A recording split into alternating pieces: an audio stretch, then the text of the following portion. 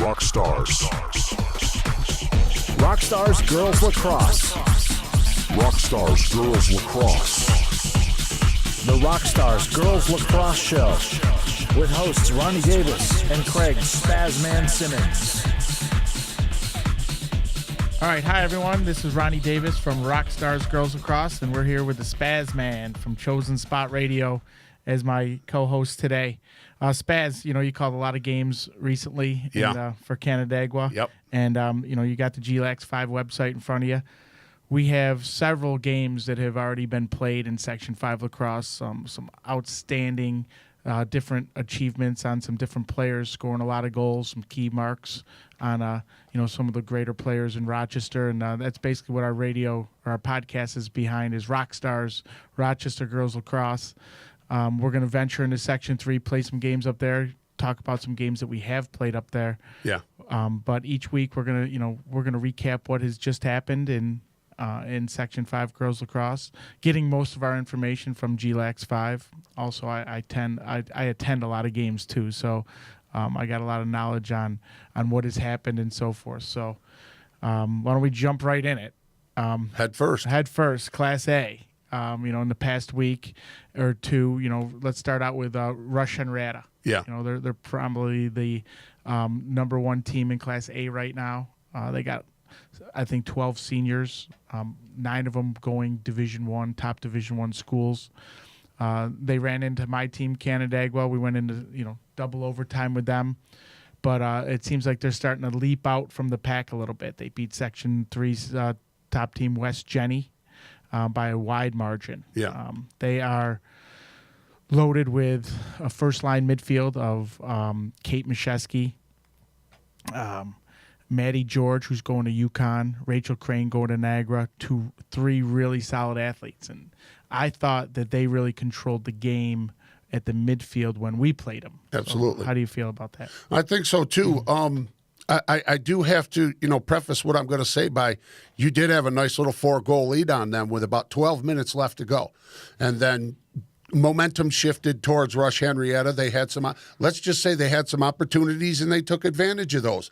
And I think that's one thing that is an understated part of the game. We don't talk a lot about that, a team taking advantage of the opportunities that are presented them. And I also have to give credit, I think, for some of the turnaround for the coaching staff. Craig Chamberlain over there has done a fantastic, and you know who he is. You have some experience with him, and that was a lot of fun watching you two guys kind of playing a chess match against each other. I don't think that was a matter of either guy out-coaching the other. I just think, like I said, on the field, they just took some opportunities. They had some free positions, and they were able to knock those down. Yeah, I thought in the first half that Canandaigua did a good job of controlling the ball the most of the time in the possessions they had. But you're right. Coach Chamberlain is a well, informed coach. He's very knowledgeable on everything. And him and I, we went at it. As coaches, we are the best of friends after. But he made some adjustments at halftime. Yeah. And the adjustments he made really gave his team the advantage and momentum to creep back in it. And I thought that was done, the majority with his midfield, with those midfielders. Kate Mashesky, I thought, did a great job on the draws. I think at the end of the game, the draws were about even. But in the final, probably 5 minutes, I think that she had won, her share of the draws. So, as you know, that's a big part of it. But going into overtime, it was first goal wins scores, first goals. First one in gets the win. It's usually the first team that touches it. It wasn't like that in that game, but we went into double overtime and, they caused a turnover. Their attack did a great ride and caused a turnover, went in on a fast break and scored. But I think there's some lessons that you brought out of that game. We did have a post-game conversation, and, you told me some of the things that you had told the girls, on the bus afterwards, and kind of changed things around emotionally instead of being bummed about it, kind of used that as motivation on a forward-moving basis. And I think we've seen that. One thing, not to, keep touting, Canandaigua, because you probably don't want to do that, but your girls they learned a lesson out of that, and then they used that in the next game, and I'm kind of impressed, with what I saw there as well. So I think, you had mentioned the draw. And if anybody ever asks me what the most important aspect of the game is, I have a lot of conversations because I'm buddies with T.D. Erlin. And you know who T.D. Erlin is. Oh, yeah. Yeah, I think by the time he's done, he's only a junior. I think by the time, or sophomore. Sophomore, yeah. Yeah, by the time he's done, he's going to be recognized as the greatest face-off guy on the planet if he isn't already. He is leading NCAA D1, by the way. But I think the draw and the face-off are pretty much at the top of my aspect of importance as far as the game goes, because you can't do anything unless you have the ball. And, a lot of people say, we got to get rid of the draw and the face-off. It's unfair when you have a guy who's winning 700% or a girl who's winning, 70% of the draws. I say just get better at the draw. Yeah, Canandaigua was young at the draw. We got Abby Harrod, who's a ninth grader, and I thought she did an outstanding job against Kate Mashesky, who's a senior going to Syracuse. So I think Abby did a great job on that draw. It's the wing play of Rush Henrietta is excellent, like I said, with Rachel Crane and Maddie George. And it showed with Rush Henrietta going into, last week they also played West Genesee from Section 3. And they ended up beating them 14-9. But it was 14-3 with like 10 minutes left in the game. So it was kind of a runaway.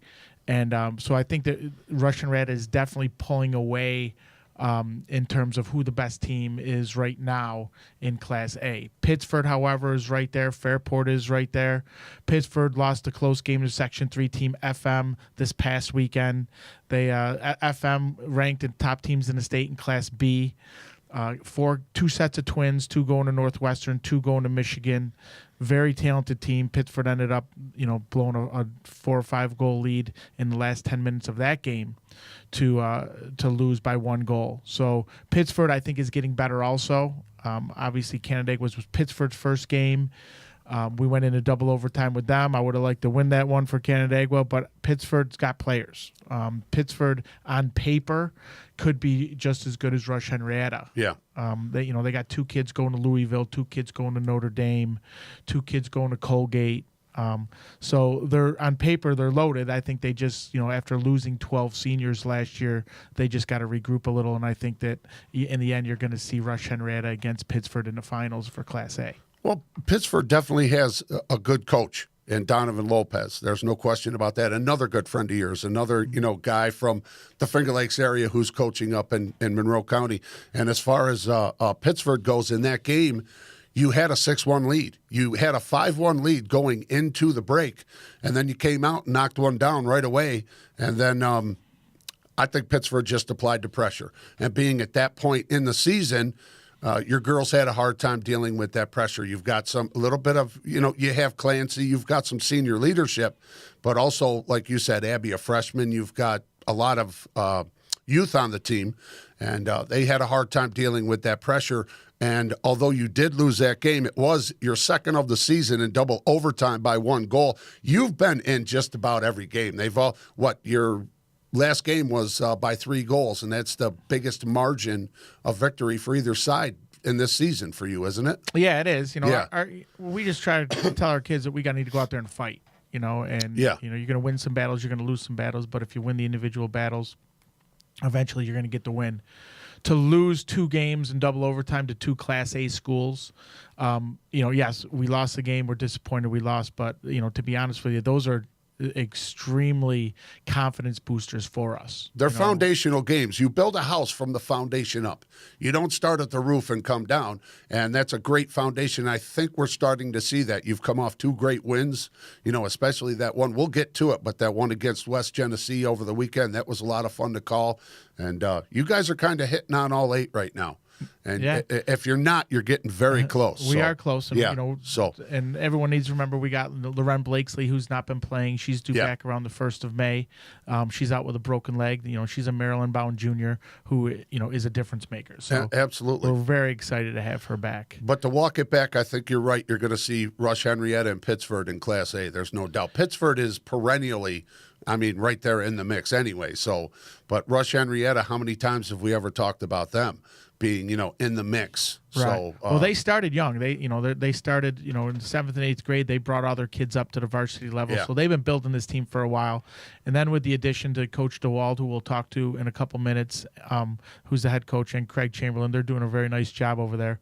Co-head coaches, they like to say. Yes, Yep. co-head coaches. But you got Fairport coming up too. And unfortunately, Class A doesn't have. They only have 5 teams in the mix with Hilton, in addition to Fairport, and I think Gates Chili's in there too, or I'm sorry, Greece.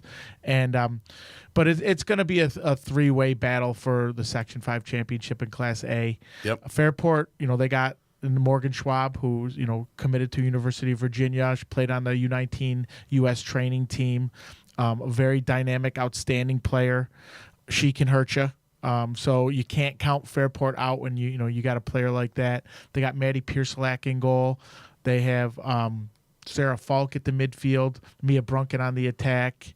So they're looking good. Emma Monty, who's going to Virginia Tech, she's on that team as well, playing defense right now, but I'm sure she'll be up to the midfield sooner than later. So we can't count Fairport out of that Section 5 tournament. Absolutely not. And how deep and how rich are we in girls and boys lacrosse here in Section 5 in this area? We're deep. Absolutely. We got a lot of kids that are going to top Division I schools that are spread out, sprinkled among the teams in all of Section 5.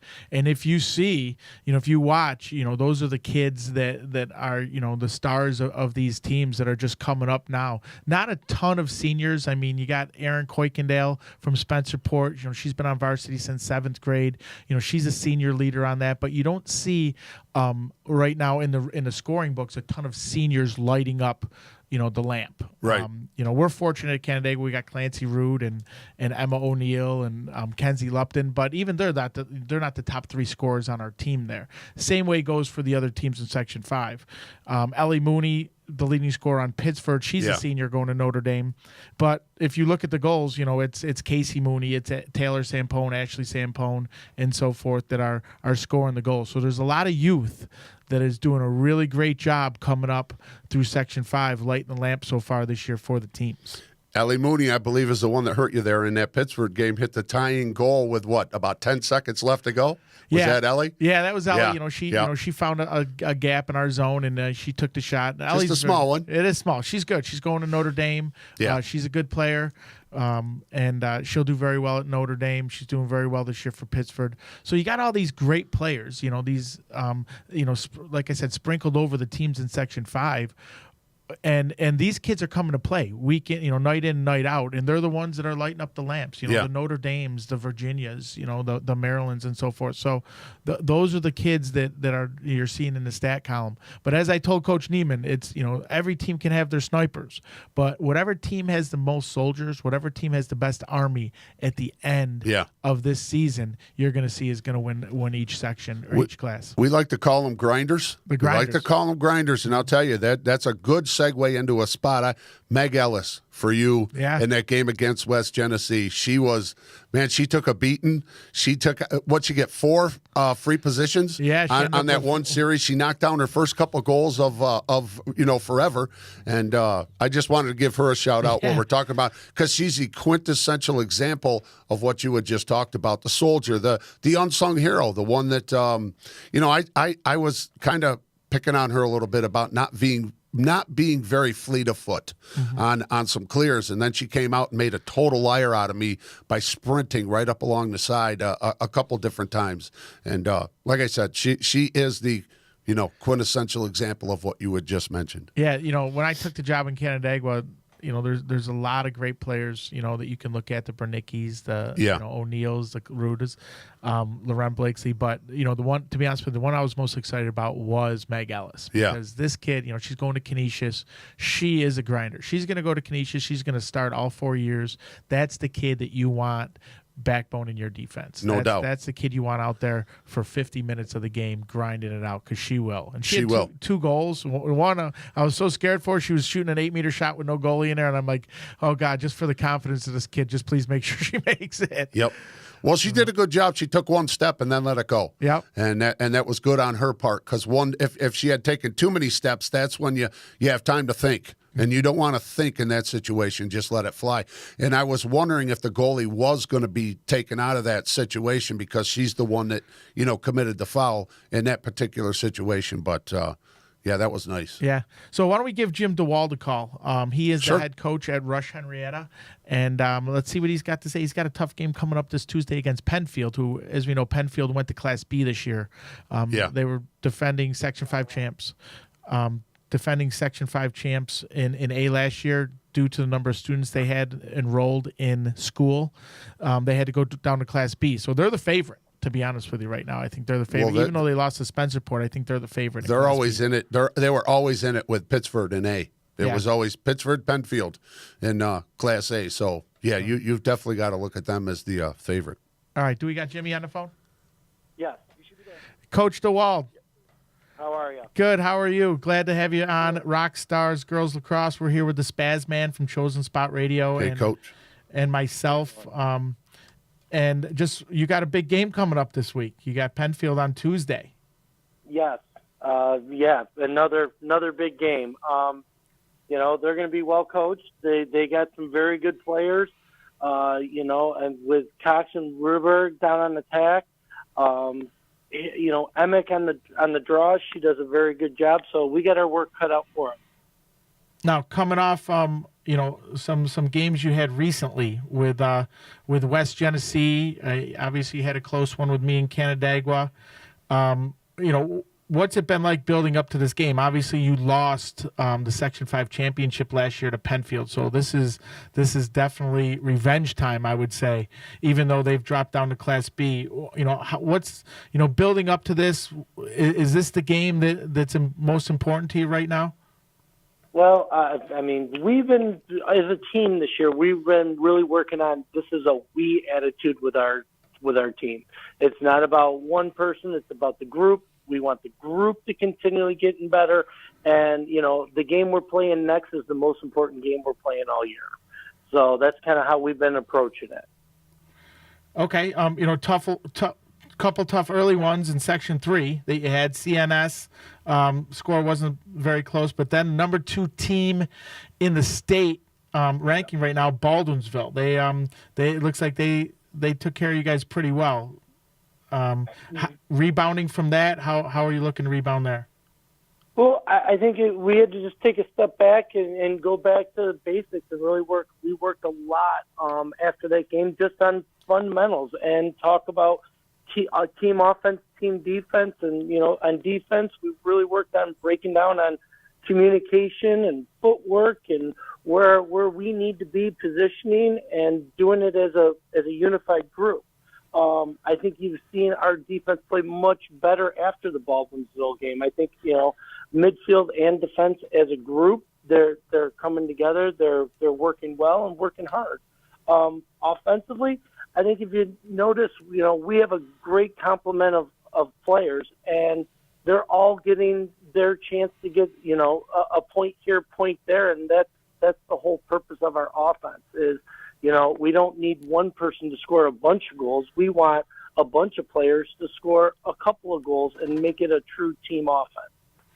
Well, if you look at your stats, you're correct there. You got a lot of kids, scoring 1 or 2 goals. It seems like Rhea Davis, the lefty, is having a good night in and night out. She's definitely in that score column every single night. Tell me about Rhea and what last year. I think that she was young, she was a freshman, and she struggled a little bit, especially late in the season. Seems like her confidence is high, and she's lighting the lamp for you. Agree with all that you said. Rhea's a great athlete. She's she's doing everything that we're asking of her. She's working hard. But I do agree. I think it's another year under her belt that's really helping her in just being, a more aware player. Things are coming a little bit easier to her. She's seeing the field much better this year. And, that's equated to her getting a few more points on the board for us. And, it's been great. She's been working very hard at it. Coach, thanks for joining us here today. It's Craig the Spazman Simmons. You're talking about Rhea Davis. How important has the leadership of a Gabby Garrett or a Kate Mashevsky, even a Maddie George, been in bringing her along to get her to the point of where she is right now? Fantastic. All of those seniors that we have, they've all been there now for probably most of them all 5 years.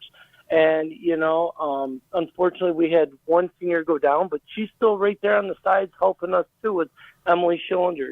She's been working hard and she communicates with that attack and helps coach. But I think you're right. With Gabby there, with the other seniors there, they help Rhea. It's been a good, they're almost like a little assistant coaches out there helping make that offense is flowing. That's what it's trying to get across. Okay, and let's talk a little bit about your defense. I just see you got Jenna DeVito back. I personally think that's a huge acquisition for you guys to get her back. The defense, Amber Daly is the human clear, we call her. She can pick up the ball and run the whole way up the field. How's the defense gelling? Are you looking to add any more parts to that puzzle? Because I see you play a little bit of man, a little bit of zone. How's the defense looking?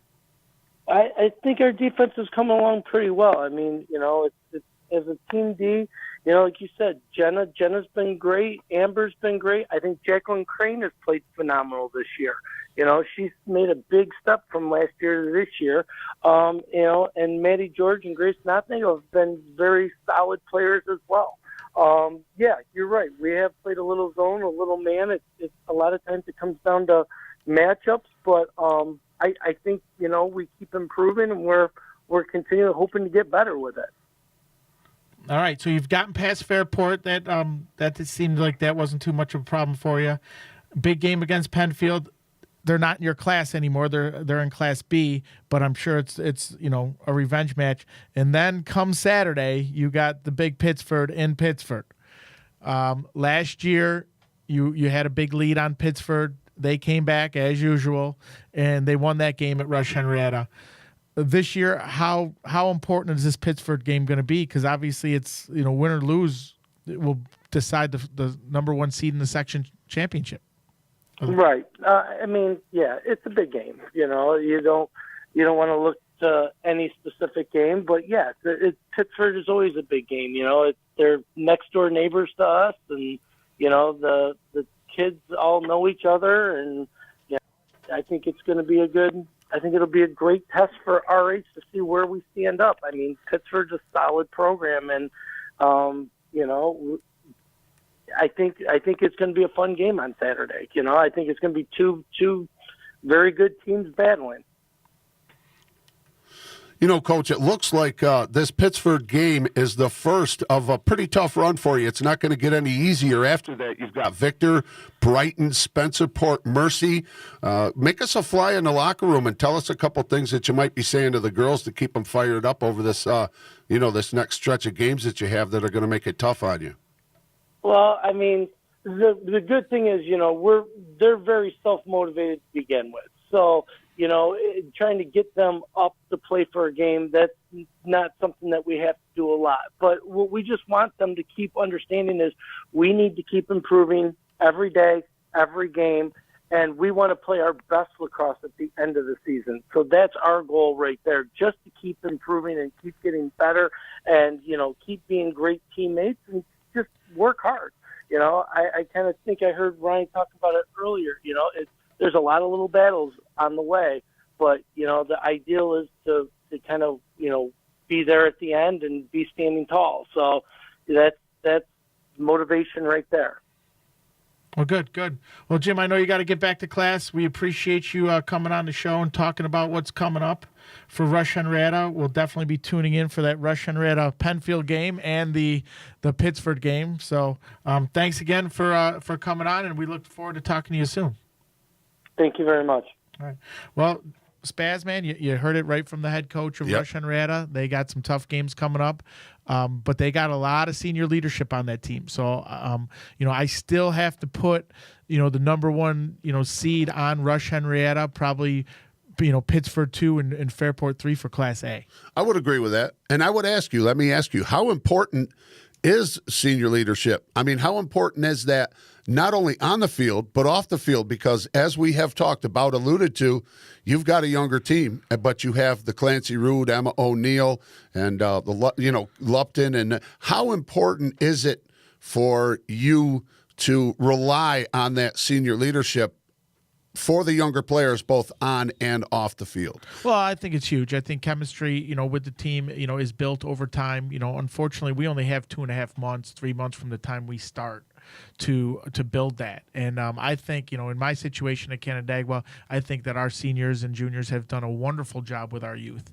and bringing, making them feel part of the team and so forth. And, we got 3 kids in 8th grade. We got 1 kid in 9th grade. We got several kids in 10th grade that have, never stepped foot on a varsity field before. So I think that's a huge part of it, just to bring them along. And are they going to get the ball with 10 seconds left in the game in a tie game? Probably not. That's when we're looking for our seniors to step up and take care of what they got to do. But, the senior leadership, it's a job. It's a big responsibility. And I think Henrietta has done a great job with that. They got some, younger kids, but that they have to put in places. Let's say they only got 7 or 8 kids, seniors that are playing on the field. They lost Emily Schillinger. I think that, they got kids that need to step up, like Rhea Davis, who's just a sophomore, like Coach said, Jacqueline Crane and so forth. Yeah. So it's important in all sports, I would guess I should say. Yeah. So that's the Class A wrap up. We're gonna look this week. We have, like I said, Henrietta has Penfield. Pittsford has some close games coming up. I think they got Spencerport coming up soon, and Brighton. And Fairport's going to have to go out and do their job. Morgan Schwab and crew over there are going to have to, make sure they step their game up to get ready for their Class A tournament. The big picture here is Class B. I mean, there's 13 teams for Class B. B is everybody always wants to talk about the bigger schools, the A. I always like talking about the B. B is where it's at. I know in boys basketball we talk about Class AA. Look at Class A1. I like. Let's talk about it. Yeah. So Class B, as we said, Penfield came down from Class A. They were defending Class A champs last year. They went to the state championship game, so now they're in Class A. My personal opinion, it's Penfield, Spencerport, Brighton, Canandaigua.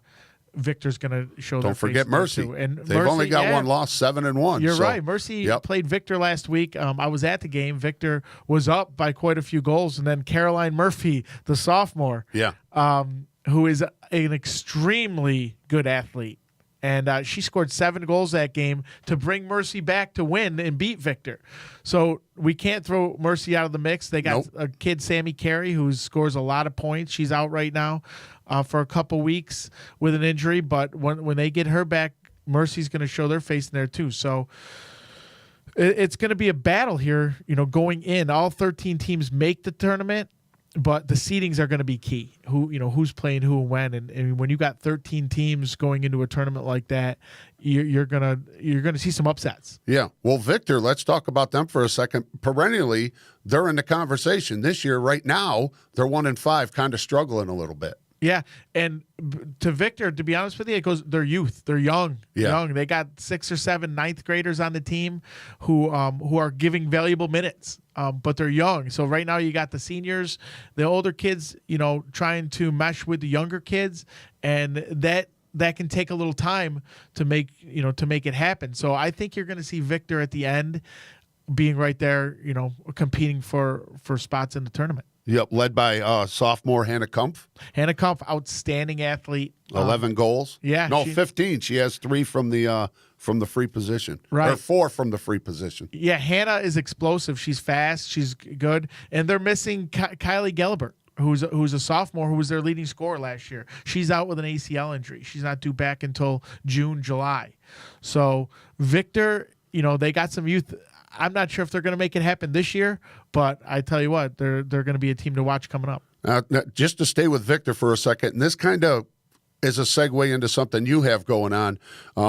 It looks like they platoon their goalies, and I know that you kind of have, something going on there as well with the platooning. What's the mindset there? What is the mindset between platooning the goalies? Because as an outside observer, they might say, that doesn't give the goalie the opportunity to get into a groove kind of thing. Is there a mindset there or? Well, you want to give both goalies a chance to get game time experience and show what they can do in the game. Ours is we play it by ear. Quinn Tallman was stood on her head against Pittsburgh. We weren't going to platoon the goalies in that game. Yeah. We have done it before. We have Kylie French, who is committed to Kent State, she's an outstanding goalie as well. Right now, Quinn Tallman is hot, so we're going to go with Quinn Tallman until she doesn't become hot, and then we're very confident that if she goes in a slump or whatever, that Kylie's going to come in and finish. Fair enough. Victor, I don't know about their total goalie situation and what they're doing, but I can only imagine that when they find one of the two goalies that are hot, they're going to stay with them. We've got to talk about Schrader too. They're a fringe team, 4-2. They're kind of hanging back, kind of watching from the outside, but they're right there maybe to jump and take advantage of something that comes their way. Yeah, Schrader's got two key players. One, first, their goalie, junior, Jordan Concordia, going to Syracuse. She's a wall in there. Whatever defense they throw in there, Jordan, they got Jordan there backing that defense up. She's an outstanding goalie. On the offensive side, you got Annie Mulhall, who is a sophomore. And I think Annie's ringing in at least 5 goals a game. Strong, lefty, fast, can put the ball in the goal. So, you got those two kids, one on defense, one on offense. You can build around them. So Schrader, sure, they're going to want to look at the end as well. Mulhall, 26-6 for 32 as of right now for a sophomore. Yeah, outstanding lefty, very athletic, very fast. It can put the ball in the goal. You've mentioned lefty a couple times. Does that favor a lacrosse player? Because you always hear, make them go left. Does that actually favor or does it matter? Well, I think it favors the lacrosse player in terms of their role and position on the team. All right. Okay. The lefties are certainly minorities on the field. So if you can have a lefty on that side of the field, you basically with 7 girls on offense, you have 6 options to throw the ball to. Sure. Cutting, strong-handed. So anytime you have a lefty on the field, you got the opposing team has to definitely take notice of that and try to defend against that. Excellent. Also, Brighton. What are we going to do about them? Brighton, year after year after year, puts together great teams. And they just don't go away, do they? They're like that the uncle that you want to get rid of at the holiday, but he just won't leave. Yeah, and Rich Curtis, he's got a defense that is outstanding. He has a defensive scheme. It's kind of like Syracuse basketball with their 2-3. Coach Curtis puts in a backer defense that they just work on day in and day out, and makes it very tough for the opposing teams to score, giving them a huge advantage. When they play. And they seem to be very resilient, tenacious, and they like to play at home. They do. Yep. The lights are theirs at home. The turf is theirs, and so everything there they own. So they like to play at home. And you got Brighton Spencerport coming up, and that's going to be one heck of a game. I think it's next Saturday. Led by a freshman, Delaney McManus, 14-5 for 19. Another lefty. Delaney McManus, the freshman on that low corner. She's a lefty down there. They also have 3 solid kids at the midfield that can run. Rachel Strasden is huge for them. So Brighton's going to be tough to deal with. I'm glad that we got Spencerport out of our way. Now we can let Brighton and Spencerport, figure it out, and then we play Brighton, I believe, on May 2nd or 3rd. Canandaigua does. So it's going to be definitely some interesting games coming up to define Class B, right? I would agree with that. Now it's a beautiful. Let's just say it's a beautiful time to be alive if you're a lacrosse fan. Absolutely. Yeah. In terms of Section 5 teams playing Class or Section 3 teams, there's a big rivalry between us and Syracuse. We've had several teams go play. Brighton went and played some Section 3 teams. Brighton played Baldwinsville, lost by a goal. Spencerport went up to New England, played a couple tough teams up there. I'm very anxious. We're going to make a call to a gentleman named Charlie Lockwood, who's, very, very informative about Section 3 teams and what we can talk about, going forward with the rivalries there Yeah. and the matchup. Charlie is a 4-time All-American at Syracuse, West Genesee, born and bred. Yep. Has a daughter who is an outstanding athlete and several young sons that are outstanding athletes. Charlie loves girls lacrosse. He is very informative about everything that's going on in Section 3. Nosy, you might even call him. He's the Section 3 guru, huh? He is definitely the Section 3 Excellent. guru. Right on. And but he's very educated on girls lacrosse too. So, Charlie, you there? Yes, I am. Charlie, we're here with the Spazman from Chosen Spot Radio and myself. How is it going today? Good. So if he's the Spazman, what do you call me? What am I? I'm not sure. I would actually go in the realm of a crazy parent category, but I haven't come up with a name for that. Backed off that. The Tasmanian Devil, Spaz and Taz. Yeah. All right. I like that. It's not bad. I've been called worse. Right. So, Charlie, we're here on the Rockstars Girls Lacrosse podcast, and we're talking about Section 5 lacrosse and all the girls that are in Section 5. And we've been having a lot of matchups with Section 3 teams, some victorious, some not. You're a good person to have knowing what's going on in Section 3. It looks like Beeville is in Class A is pulling away from the pack a little bit. They're undefeated. They're number 2 in the state, and they've beaten every Section 5 team that they've played so far. You got a big game against Beeville. West Genesee does coming up fairly soon. Tell me a little bit about that matchup.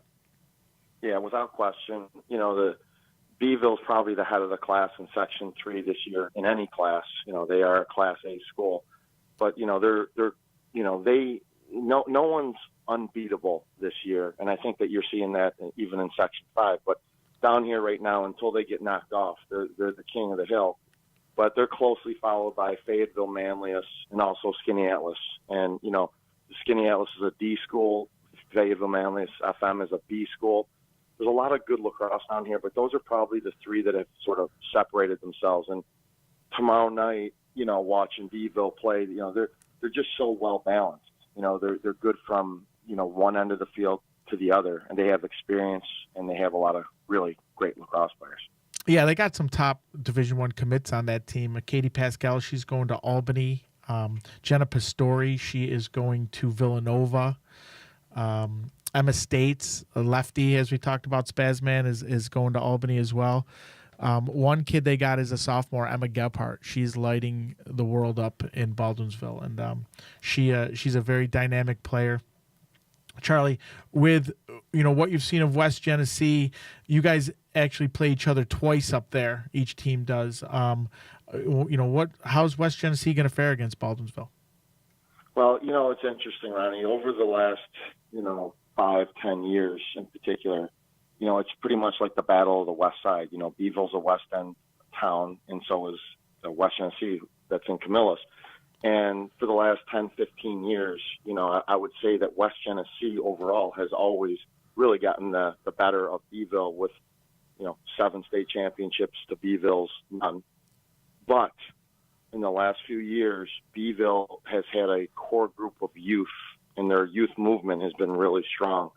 Like you said, I have a daughter who's in 9th grade, so I've seen, 6th grade all the way up through the 10th grade and all in between.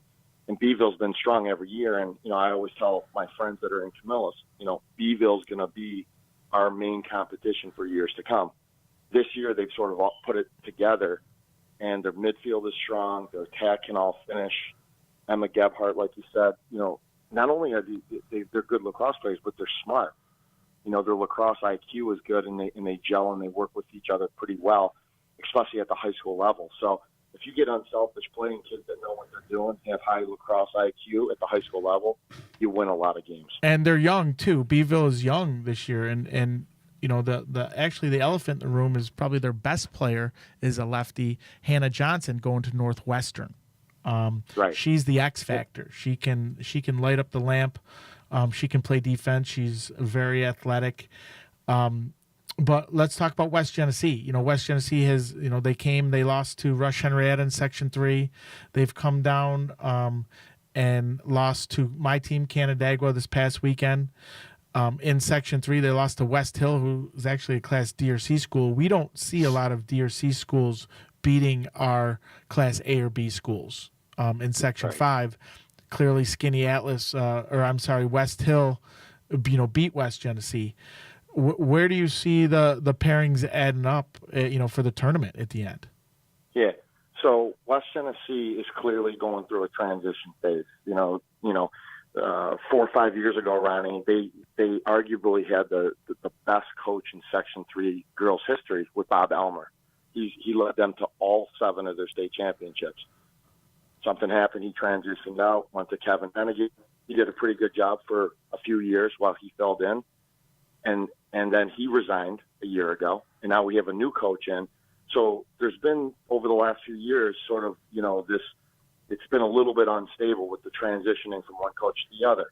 West Tennessee's main draw girl, and you know how important draws are in the girls and women's game, their main girl tore ACL. She's out for the year. That happened about a week before their regular season happened. And my guess is that when you're going against quality opponents, you have to have the ball, so many possessions or a certain percentage to have a chance to win. And I know in some of the games that they've struggled this year, draws and draw control has been a big problem. So they don't have enough firepower, so to speak, like some of the other schools that we talked about, FM, Beeville, Skinny Atlas, where they can just lose draw after draw after draw and make it up somewhere else. They have to possess the ball, control it, and be methodical the way that they score. So West Tennessee this year, they're going to, have some decent wins, my guess is, but their schedule, Ronnie, is absolutely brutal. They got Beeville twice, FM twice, South Jefferson, Skinny Atlas. They had Rush Henrietta, Canandaigua. Their out-of-conference schedule is strong.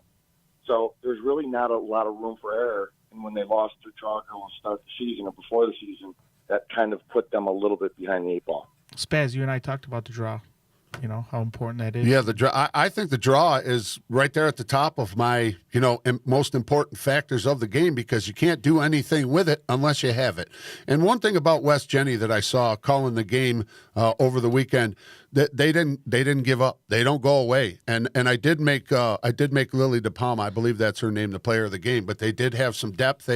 West Jenny, they're going to be okay. They're going to be all right. I know they're transitioning out of coaching issues and things like that. Excuse me, sorry about that. I'd like to take this in a different direction if I could real quick. We know that lacrosse, girls lacrosse, boys lacrosse, is one of the sports that loves to play out of league. They love to play surrounding leagues. They love to go on road trips, play out of state. We know that kind of thing.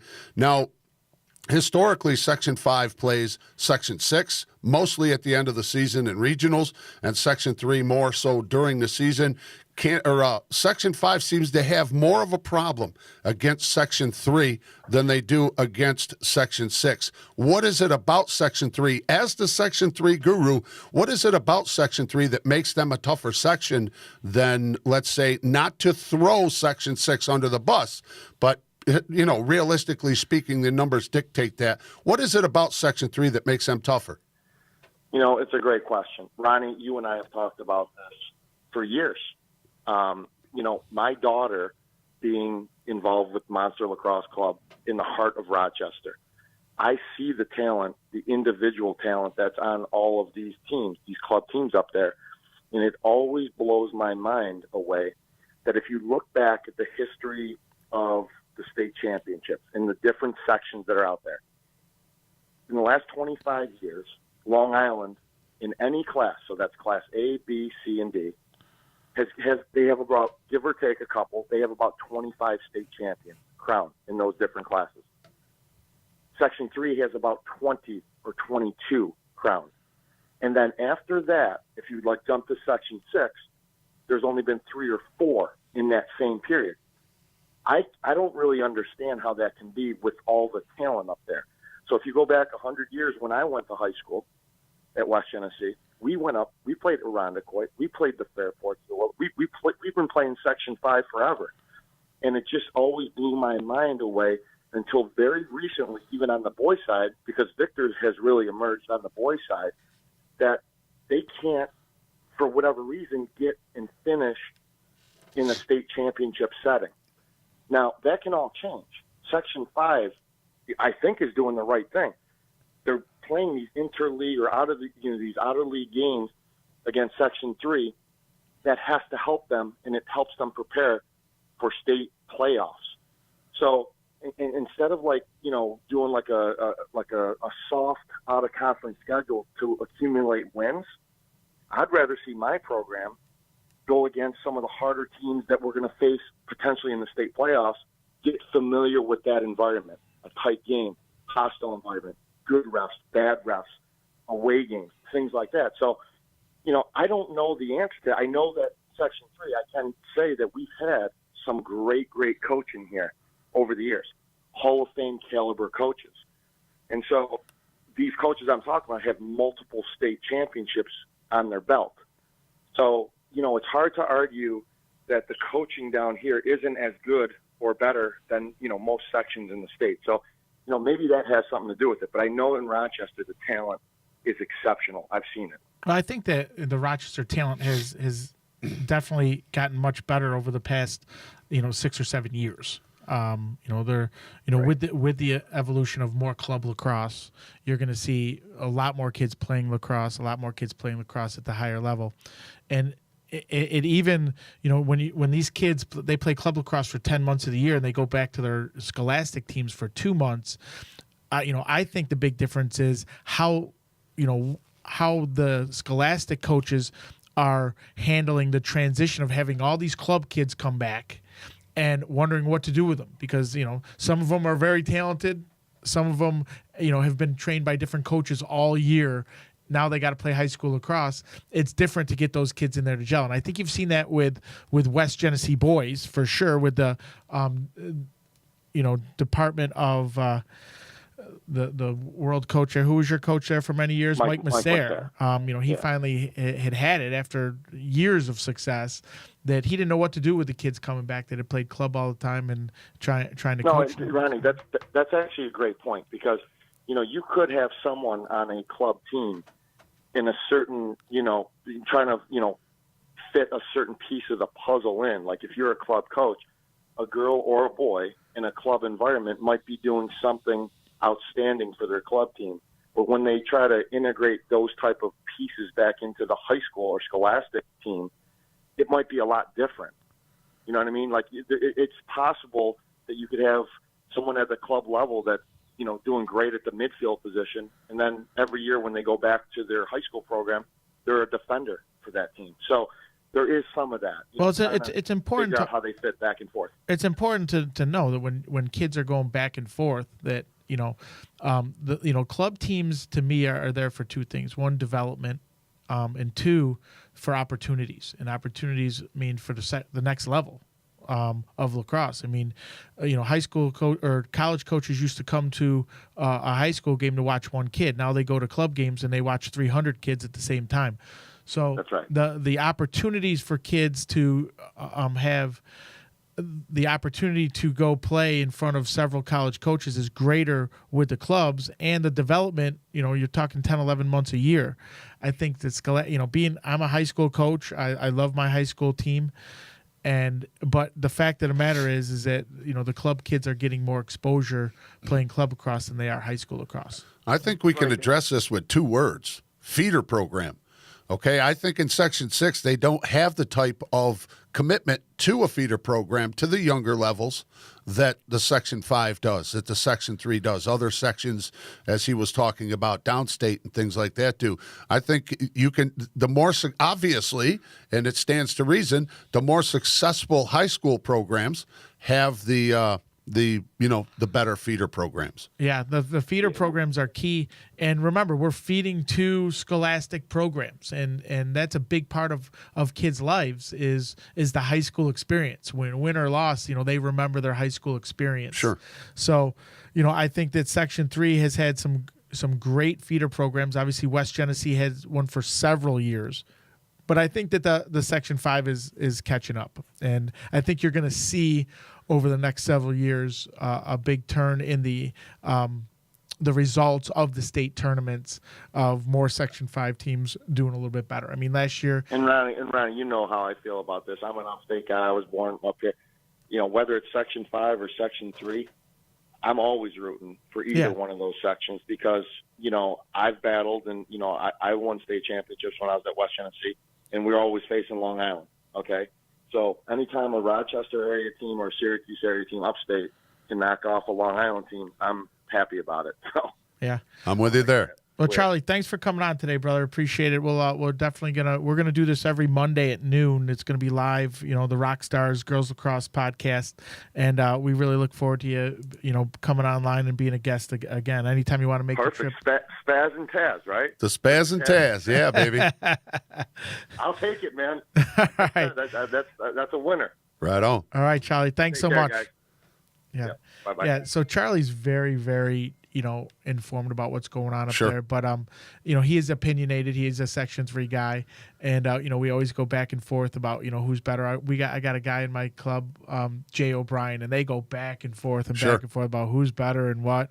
And at the end of the day, the proof's in the pudding. I couldn't wait to text him after we beat West Genesee the other night because he was born and raised, West Jenny blue. That was a great game. That's Yeah. all I'm going to say. It was a great game, and I'm just glad Canandaigua went 2-0 on the day. Yeah, I know. Absolutely. The boys got to win against PY. That was huge for in them. overtime. In overtime. Anytime you can win in overtime is a big boost for any program. Well, that's a deep rivalry. I know this is the girls' program, but they've played 84 times, and they've each won 42. Wow. Yeah. That's outstanding. Yeah. PY's got a great program down there. Brian A lot of Hobart is doing commitment, a good too. job. They got, I don't know if you know this, but how they really, when they started to really develop was when they put in a box lacrosse arena. Yeah. They built it. They all got together on it. It was plywood with 4x4s in the ground and with, what's it called? Fence netting, like real Chain link? Yeah. fence netting around it. And I had brought a team down to Penn Yan to play against Penn Yan. It was the Rochester Grey Wolves at the time, indoor box team. I remember that. And it was the most intimidating place I've ever played in. I've played in a lot of arenas. When you got 300 people wrapped around a box lacrosse rink, grabbing the chain link fence, yelling and screaming at you. And we ended up going into overtime in that game. And Brian Hobart, who's the boys coach down He's there. a little intimidating himself. Yeah, he was playing goalie. And his goalie equipment, he had a baseball umpire's chest protector on. So Brian's a big guy to begin with, Yeah, right? yeah. Picture him with a baseball umpire's chest protector on. He was very tough to score on. And Jeremy Hollenbeck, I remember it was yesterday, scored the game-winning goal in overtime. And we literally ran to our cars and got the heck out of Dodge. Now, how long ago was that? It had to be in 1993. Okay. 1993. And like I said, they built that box rink in Canandaigua. We're very fortunate in Canandaigua to have one. I know some other, There was a lot of support for that, too. has a box rink. And I think that is really, really important to building the feeder programs and so forth, is playing indoor box lacrosse year round. There's always somebody out there using that box, too. Always. Whether I'm calling a football game, whether it's lacrosse, soccer, there's always somebody out there using that. Yeah, and no one really understands the Canadian box. The Canadians are the top 10 scorers in Division I. All the Canadians, they score goals, right? Oh, yeah. It's really what the box lacrosse does is the ball never goes out of bounds. So there's 10 times more touches. You're shooting on a 4x4 goal. So And you're always playing. always playing. You play offense, you play defense. So it is such a key component. And I am so fortunate and excited to have a box for my girls. After this season, we're going to continue to play through the summer in Canandaigua, through the fall. So you haven't been taking advantage of the box. My youth teams have been. Okay. Like my JV team has. Okay. And my modified teams have, definitely. We unfortunately, I only got the job 6 weeks ago, so we had to focus our time on full field stuff in Sure. Canandaigua. So, but the youth and the modified have definitely been using it, and you're going to see that the stick skills that come out of those Canandaigua kids by using that box are going to be second to none. Have already seen it, pay dividends and what's going on just from the community aspect. And I don't mean community in a sense of the city of Canandaigua. I mean community in the bunch of people that are involved within it. And there's just a lot of support. It's tight knit, and it's a niche. But it's becoming a bigger and much larger and kind of more important niche as well. So, And that was driven by Devin York, the boys coach in Canandaigua. Devin York. I called him El Chapo the other day. He looked like El Chapo. And fear the stash. right. and he pushed for that because he knew, he knows that every really good program has the box. What I like about Devin York, and this is this is confirmation, what you were just saying, is he is open to input. He's open to feedback. He's not closed. He's not a coach who's going to say, yeah, whatever, and then not pay attention to what you're saying. If he sees something that might work, he's going to use it and figure out how to formulate it to what he's doing and what his personnel are. But I like that about the guy. Yeah. And he's got a big game this week, Pittsburgh, Tuesday. Right? Pittsburgh Tuesday. Play Andrew Whipple. It is. Now, I think Pittsburgh is one of those situations where you look at the paper and you go, oh, on paper, 8-1, Canandaigua 3-4, something like that. Pittsburgh, this should be a cakewalk. It's not going to be a cakewalk for Canandaigua by any stretch of the imagination. No doubt about that. No, Andrew Whipple, he's a good coach, and he's got some good players on that team. I think he's he lost some players from the past couple of years. The Barker kid, who was a great player. So he's still trying to figure it out. Yeah. But unfortunately, Tuesday night we can't be there. Churchville Chi-Li. Canandaigua was at Churchville Chi-Li girls, but it's going to be a great lacrosse game, and I think hopefully an overtimer. They went to overtime last year. Mm-hmm. They went to overtime. I called that game, and Alex Burley reached up, grabbed the attempted clear by the goalie, and he was about 3 feet in front of the crease when he did it. Just dropped down, hit it, and the game was over. Right. It was awesome. That was our second straight overtime win within last seconds because that's how they beat Penn Yan last year. Excuse me. Yeah. So we'll see that. I can't wait for the outcome of that game. And like I said, we don't talk too much about boys lacrosse here, but I'm always willing to talk Pittsford and Canandaigua boys lacrosse. And when Charlie chimes in, we'll talk about West Jenny a little bit too. Absolutely. Absolutely. So running into the girls with Class C, we talked about Class B, Class C. Only 4 teams, Spazman. We got Eastridge, we got HFL, we got Wayne and Geneva. HFL, obviously the cream of the crop in that class. They were. Yeah, they're struggling this year. They're not. The door is wide open. Let's put it that way. And graduation and changes it hurts teams, and I think they're one of the teams that are feeling that crunch right now. They definitely are. The one thing they got going for them is that I don't believe that the other teams in Class C are that strong and play that strong a schedule. At least HFL plays the Canandaiguas, the Fairports, the Pittsfords, the Brightons, the Spencerports. So, they're very well coached. Kevin O'Connell, great coach there. He's been there a very long time, won several Section 5 championships. But the fact of the matter is they're going to probably run through Section 5 tournament, and then they're going to get hit with a buzzsaw when they get to states as usual. Yeah. I guess I just blame that on the number of kids that they have in their school district, maybe playing or not playing. They're young, but I don't really see them standing up too tall to the Mount Sinai's or Cold Spring Harbors when they get to there. I would agree with that. The downstate teams are, really good, especially in the second season, as we call it, the second season. Sectionals in the tournament and things like that. Now, the Class C is one of those situations where, as a radio guy, I have to look at things and then diagnose them and be able to opine about them, and analyze them and talk about them. Looking on paper, you look and you see Eastridge 4-4, Geneva 1-2, HFL 0-6, Wayne 1-4. So you would think Eastridge is going to be the team, to beat right now. But like you said, I think Coach O'Connell will have them, the Cougars, where they need to be when they need to be there. Yeah, he's definitely playing for the end of the season. He's not playing for now. He's building it, so they're primed and ready to go towards the end. Their schedule is very tough. They play some really tough teams. They played Pittsford to a 1-goal game, which was a great game. But they're definitely playing for the end of the season, and I think you're going to see a big turnaround with the 0-6 probably going forward after the next couple games. They may end up 0-8.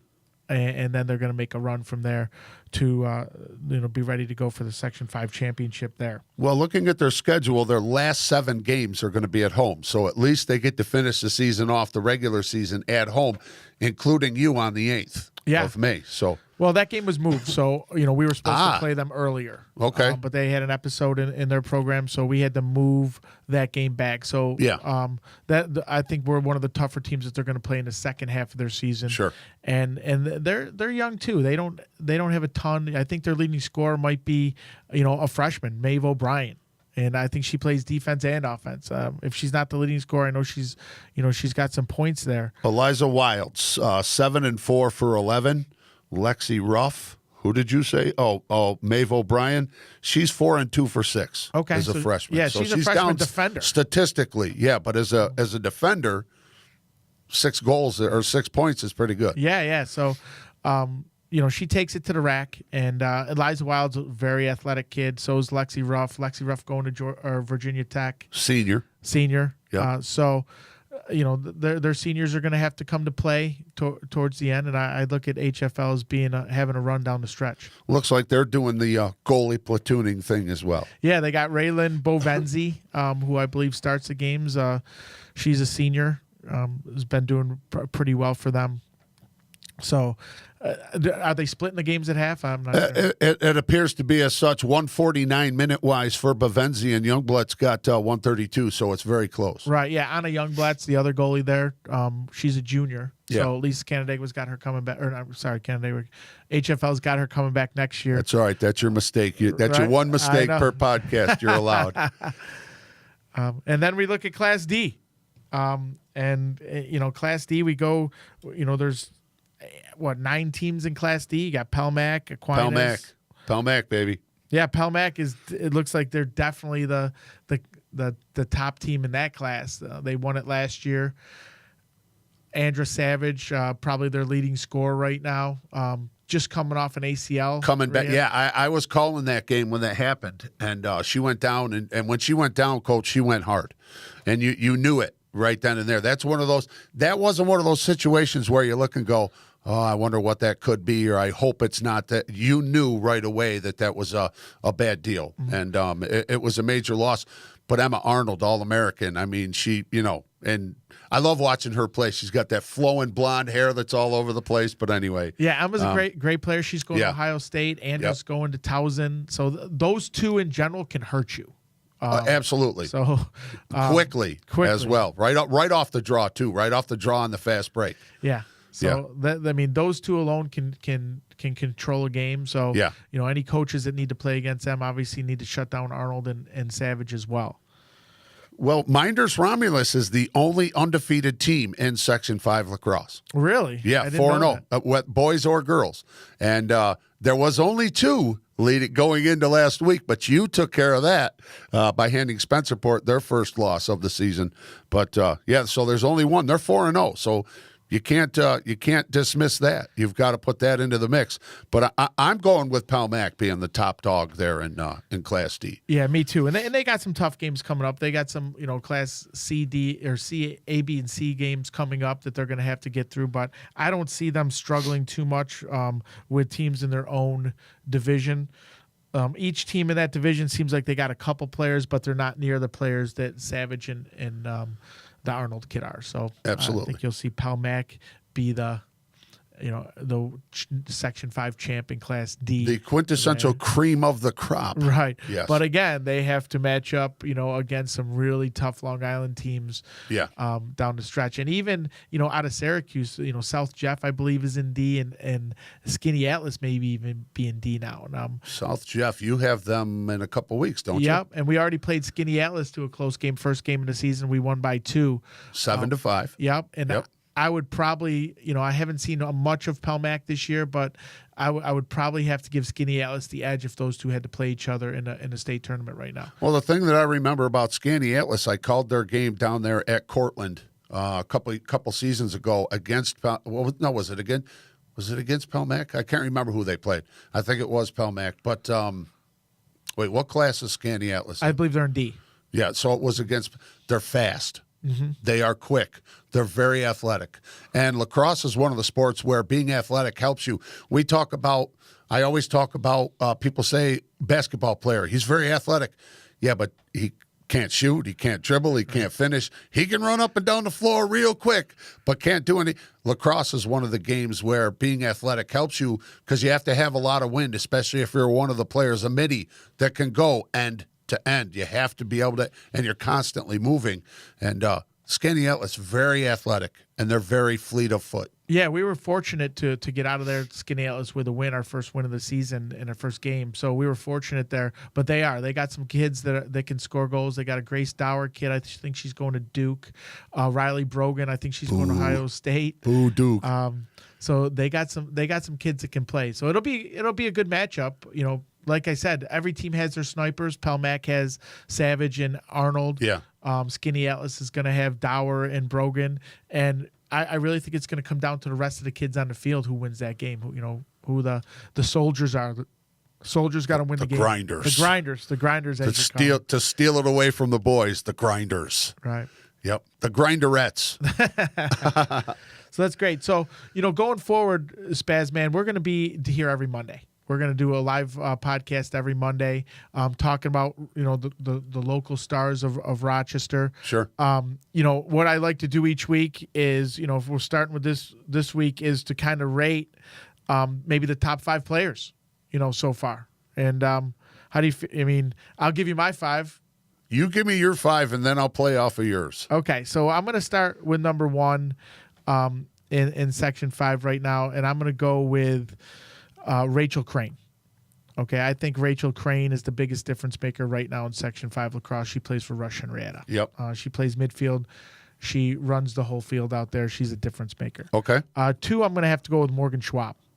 Morgan from Fairport, she can hurt you. So if you don't lock her down, she's going to do some damage on you. Number 3, I got to move it back to, I thought that we did a great job on Erin Kuykendall from Spencerport at Canandaigua. We held her to no goals, no assists, no shots, but she's done some damage to some other teams. She also did some damage on the draw. Yes. All right. She was, when Abby Herod got the yellow card, they went on a 3-goal run. And how long of a period? The amount of time that Abby was off the field. But I'm just saying, and Canandaigua was able to take advantage of Kuykendall not being on the field because she earned a yellow card. So she's one of those instrumental players. Yeah, she definitely is. And if you lock her down, you're going to have a little more success with them as a team. My number 4 pick is my own kid, Clancy Root. Unbelievable. She's been fantastic. She's so a vacuum, dude. She is. I call her the loose. She is the queen of the ground ball. Any 50-50 ball within 10 yards of her is going to be hers one way or the other. That's She's been a sure difference maker for Canandaigua so far. Very solid. I'm not sure she's come off the field one time, except for the yellow card that she I was going to say she got a yellow card, but her leadership qualities are I don't know if I'd have her down to 4. I might have to move her up. I agree with you. But I see where you're coming from. I get it. I get it. And then, my number 5 pick is going to go to Ellie Mooney from Pittsburgh. Ellie has been scoring some goals and having a lot of points, and she's been doing real well for Pittsburgh, and Pittsburgh's hanging in there. So those are my top 5 this week. Those are my top 5 kids right now in rank. So Rachel Crane, Morgan Schwab, Erin Kuykendall, Clancy Rood, and Ellie Mooney. And I just want to clarify, Clancy Rood did cover Erin Kuykendall in that game. Face guard. Took her completely out of the game. But your game plan also, anytime that they sniffed passing Erin the ball, you had the double, you had the slide, you completely took her out of the game. That is the, and I know I've used this word too much today, quintessential example of next man, next girl offense. You took their primary offensive player out of the game and forced them to go to others who they did sort of step up, but obviously not enough. I would agree with your top in Rachel Crane. I'm going to move, although she was silent against you guys, I'm going to move Kuykendall up. Now, I call Kuykendall or Kuykendall? Which one are we going with? I have no idea. I think it's Kuykendall. Okay, all right, I'll go with you. So I'm going to go with her. I'm moving Clancy Rood up to 3. I'm going to do that because I think if you didn't have her, you wouldn't be 4-2. I mean, she Yeah, is. I agree with that. You know, Abby Harrod has completely stepped up as a freshman, and you guys were dominant against West Genesee at the draw, and but without Clancy Rude, without her ability to not only go after the 50-50 ball, but clear as well. You always look, your first look, you can tell, is for Clancy. If you can't find her, you're going to Abby. If you can't find her, you're looking for Lexi. You know, and if you can't get one of those three, just take it up the field. But Clancy's the one that they're looking for, and I'm putting her at 3. I'm going to put 4 as Emma Arnold. I'm going to throw Emma Arnold at 4, and then I can make Ellie Mooney 5. So those are my top 5. But I might sound a little biased with Clancy Rude because Clancy, I always have a player of the year in every sport. And last year, my player of the year for Canandaigua girls lacrosse, I had 3 players, one facet, one per facet. All right. Defense was Cassidy King, who's doing awesome at Indy. All right. She's moved right into the starting spot. Loren Blakesley on offense, and then at the draw was Clancy Rude, and as a junior. So she is flourishing, and she's not the biggest player on the field, but she protects the ball. She kisses the stick. She doesn't turn the ball over. And I'm moving her up. Would I put her at 3? Yeah, I'm going to put her at 3. Okay.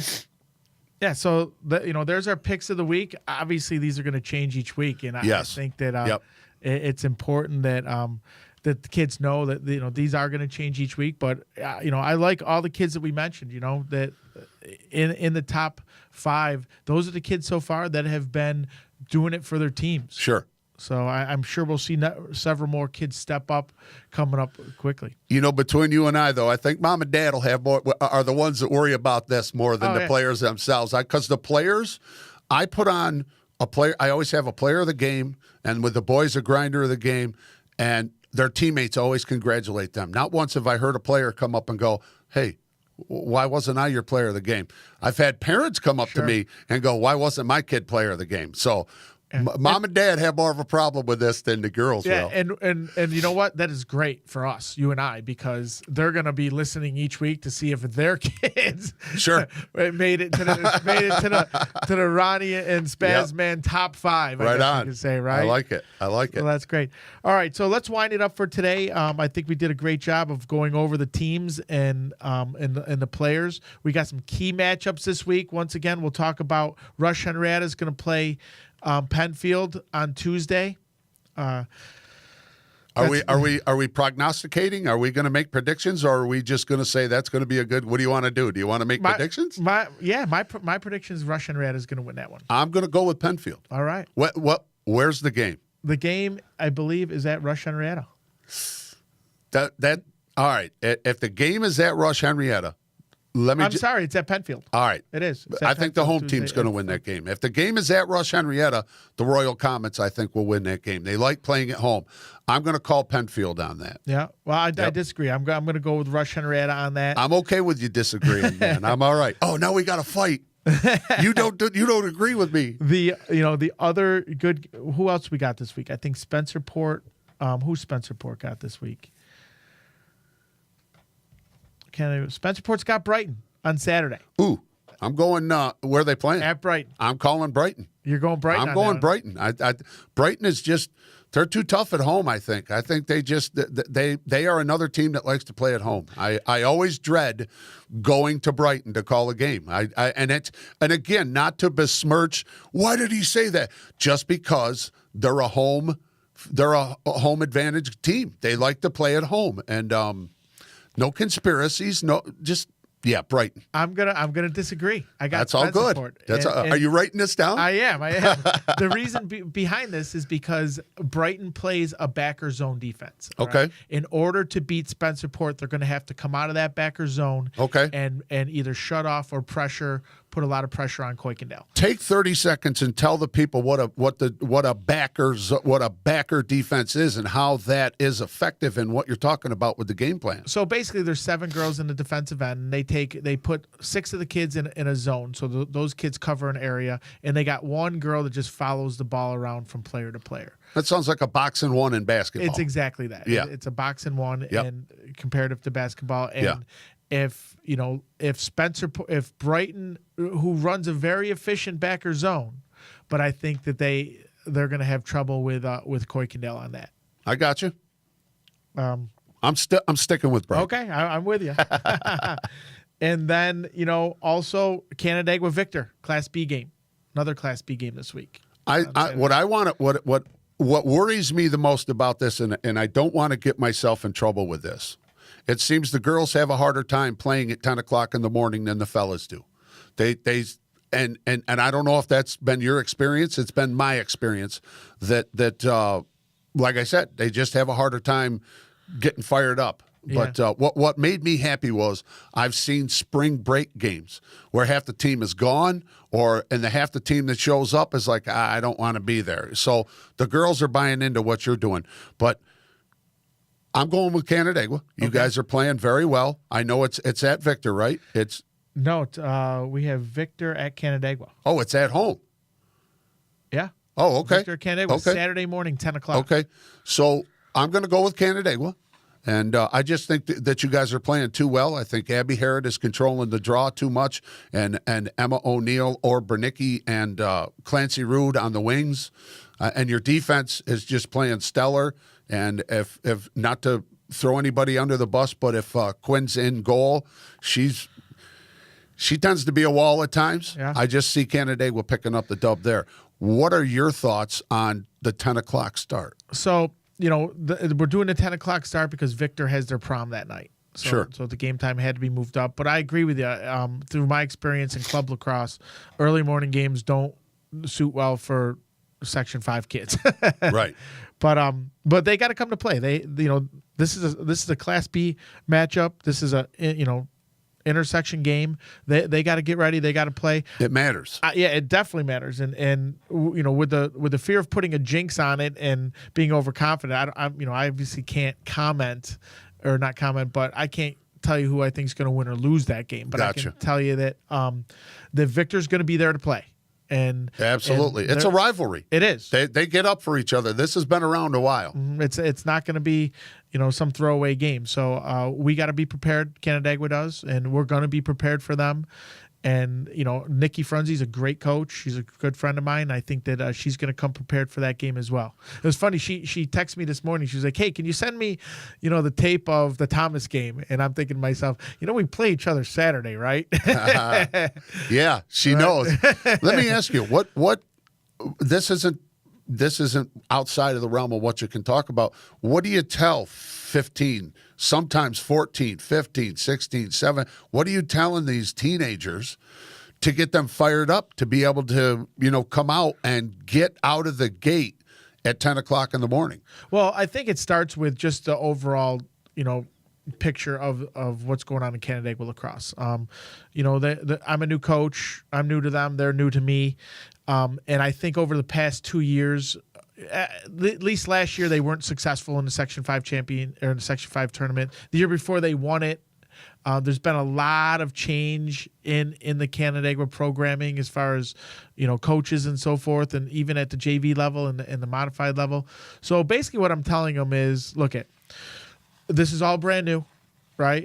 We're going to take this game by game, but there's been a lot of disrespect shown to you guys over the past year. Agreed. So they have to use that and make that drive them. And I think that's what they did. They were able to do against Spencerport, and why they were able to come away with that great win is because they were pissed. They were pissed off about, the newspaper article came out. Bulletin board. Yeah, that they weren't even in the conversation. Canandaigua wasn't even in the conversation. Yes. And that pissed them off. It should have, and I tweet about that constantly. I look at rankings, I look at these articles, and I'm like, why isn't anybody talking about Canandaigua? And I don't know, you might see my little cryptic tweets. Keep flying under the radar. Let them keep, ignoring you. And That's cool stuff. Yeah. So I mean, I guess just keep hammering on that with the girls of you got something to prove. You better go out there and prove it every single day. Don't be sad. Get mad. Yeah, I tell them no mercy. Go out there and just do their thing. And I think they've been pretty receptive to it. So I'm really happy with that. It does appear to me that they are buying into what you're selling. They are buying what you're selling. They're buying into you. They're starting to buy into you and Nemo a little bit as people more so than the coach, because as a coach, you've dealt with women and the girls and the kids. You've dealt with every level. You have to get them to buy into you just as much as what you're trying to bring. Yeah, and I think a big part of that came when we played Pittsford. As some people might know, I have a daughter that's number 3 on Pittsford. Yes. I may have mentioned that on my broadcast a couple times. So, that was a tough situation for me and my family to go in. I had to play against her, but, the team was wondering how I was going to handle it, because she is a left-handed attacker, a strong player on Pittsford, someone that we had to mark. And they were wondering about that, and even one of the kids, Emily York, asked, listen, let's get this out on the table now. How are you going to handle your daughter?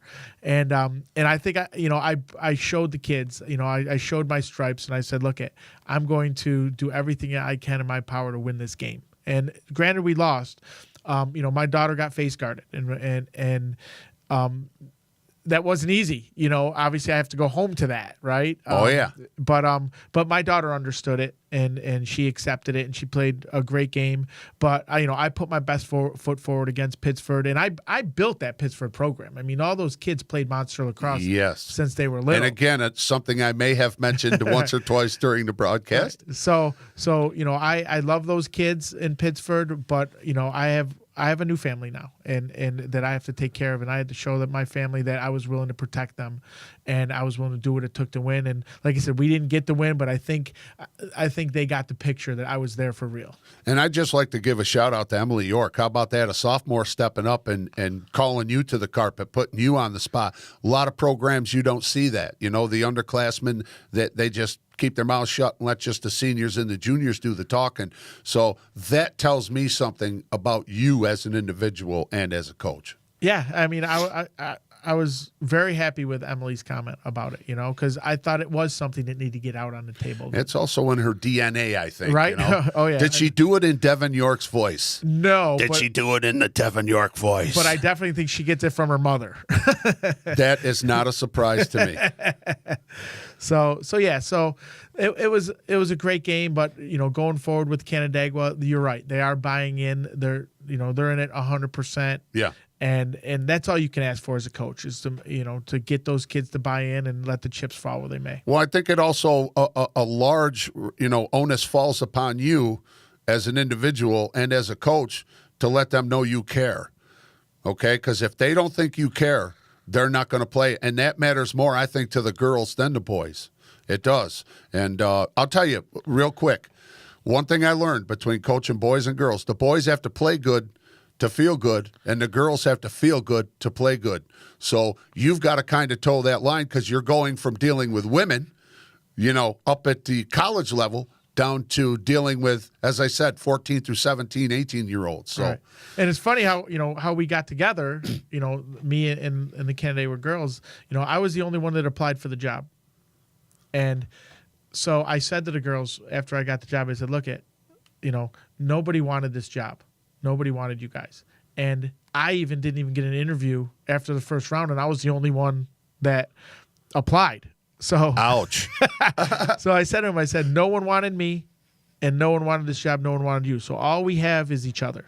So I like that. Let's move forward together. And they were like, we're going to do this. But to preface that, the current coach went off and had a baby. Yes. So that's why that, as far as I know, I just to disclaim, that is, that's a little bit of a priority. I don't think coaching. Absolutely. I don't think coaching while you're pregnant is really a good idea. No, I think Alyssa did a great job with them. I think that she would have done a great job with them this year and going forward. But obviously, as you know, she's got to take care of her little baby. And, you got to move on. And I'm just I'm glad it all worked out. She had her baby. I got the job.